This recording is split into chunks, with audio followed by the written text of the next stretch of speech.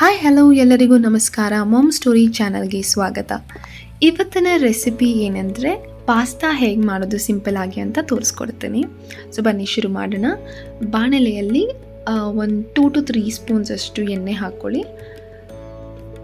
ಮತ್ತು 1 ಅಥವಾ 1.5 ಆನಿಯನ್ ಹಾಕ್ಕೊಳ್ಳಿ.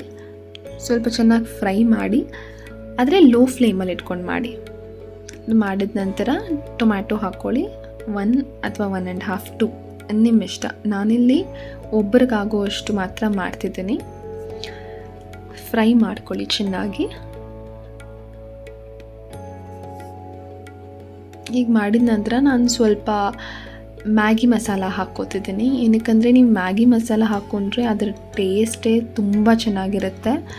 ಸೊ ನೀವು ಅದನ್ನು ಟ್ರೈ ಮಾಡಿ. ಇದೊಂಥರ ಮ್ಯಾಗಿ ಪಾಸ್ತಾ ಅಂತ ಹೇಳ್ಬೋದು. ನೀವು ಇದ್ರ ಜೊತೆನೇ ಪಾಸ್ತಾ ಜೊತೆಗೆ ಮ್ಯಾಗಿ ಕೂಡ ಹಾಕ್ಕೋಬೋದು. ನಾನು ಚಿಟಿಕೆಯಷ್ಟು ಗರಂ ಮಸಾಲ ಹಾಕಿದ್ದೀನಿ ಮತ್ತು ಶೆಜ್ವಾನ್ ಸಾಸ್ ಹಾಕಿದ್ದೀನಿ 1 ಸ್ಪೂನ್. ಮತ್ತು ಹಾಗೆ ಟೊಮ್ಯಾಟೊ ಕೆಚಪ್ ಕೂಡ 1 ಸ್ಪೂನ್ ಹಾಕ್ಕೊಳ್ಳಿ.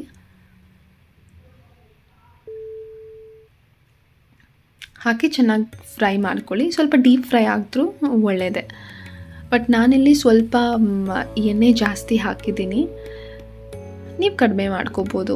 ಸೊ ರುಚಿಗೆ ತಕ್ಕಂತೆ ಸಾಲ್ಟ್ ಹಾಕ್ಕೊಳ್ಳಿ. ಒಂದು 5 to 10 ಮಿನಿಟ್ಸ್ ನಾನು ಚೆನ್ನಾಗಿ ಬಾಯ್ಲ್ ಆಗೋಕ್ಕಿಟ್ಟಿದ್ದೆ ಪಾಸ್ತಾನ.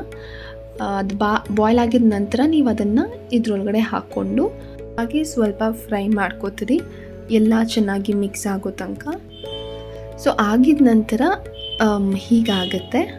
ಟೇಸ್ಟ್ ಮಾತ್ರ ಸಖತ್ತಾಗಿರುತ್ತೆ. ನೀವು ಒಮ್ಮೆ ಟ್ರೈ ಮಾಡಲೇಬೇಕು. ಆಗಿದ ನಂತರ ನಾನು ಸ್ವಲ್ಪ ಕೊತ್ತಂಬರಿ ಸೊಪ್ಪೆಲ್ಲ ಹಾಕ್ಕೊಂಡು ಸ್ವಲ್ಪ ಮಸಾಲ ಜಾಸ್ತಿ ಎಲ್ಲ ಹಾಕ್ಕೊಂಡಿದ್ದೀನಿ. ಆದರೆ ಆ ವಿಡಿಯೋ ಡಿಲೀಟ್ ಆಗಿದೆ ಮಿಸ್ ಆಗಿ.